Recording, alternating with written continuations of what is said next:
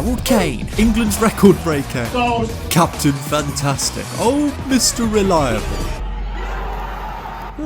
Well, sometimes. Picture this, it's the year 2026. The World Cup in North America is set to take place in a matter of days when suddenly... This just in, England striker Harold Kane has gotten himself injured falling down a mine shaft. He is ruled out of the World Cup. Your mind goes blank. Your head is spinning. Who the hell do we replace him with? Okay, for starters, let's be serious about this. I know all of you in the comments will be, what about insert random name of English striker who plays for the club I support so I can sleep at night? But let's be legit. Danny Ings ain't making it past security at the airport no matter how many bubbles you all blow. Oh my god! Although Kane's current crop of replacements wouldn't look amiss in the discard pile, each one of them is a serious question mark surrounding their potential futures for England.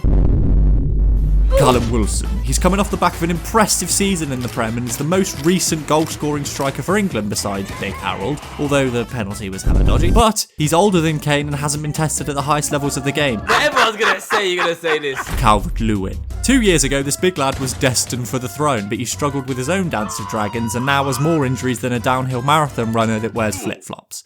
That is a disaster. Unless he recovers his form and more likely secures a transfer to another team, I don't see him replacing Harry Kane anytime soon. Thank you very much! Ollie Watkins. I may be slightly biased with this statement, but he is the second coming of R9 and should play in every position England have to offer.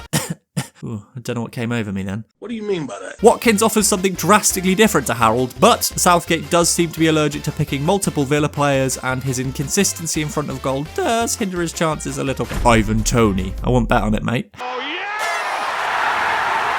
I'm here all week. Tammy Abraham. Fresh off the back from a horrid knee injury and a year to forget at Roma, I still have hopes for young Tammy. Very nice. When he hits form, he's a lethal finisher whose link-up play baffles defenders and viewers. Captain.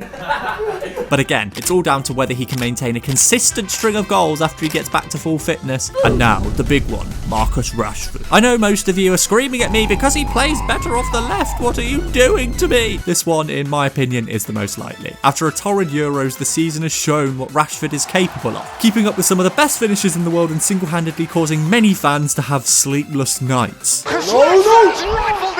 Bloody hell. He is levels above the competition, and due to England's lopsided nature and the abundance of insanely good wide players, he could be shuffled into the front line if his blistering form keeps up. He saw some of his most impressive stints this season playing as a sole forward, but again, his direct competition was Weghorst, so I don't really know if that means anything. What a stupid idiot!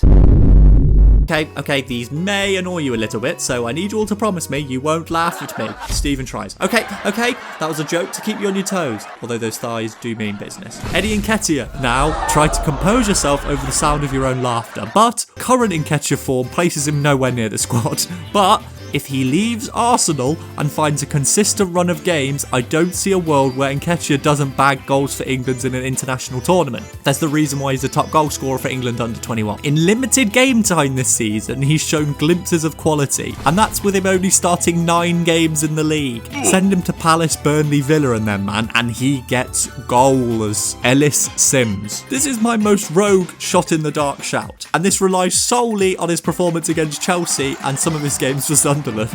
But Sims does have a lot of characteristics that make him a dangerous number 9, whether that's his aerial ability or hold-up play. If he can continue to get minutes and hone those talents under Big Sean Dyche, who is very good at honing those skills, he could definitely find a cosy spot on the bench for when we play San Marino. Cameron Archer. It's only a matter of time until this boy finds his way onto the plane. It all hinges on what Unai Emery does with him in pre-season, because if he becomes a consistent performer in the Premier League, he's going to be on there next week.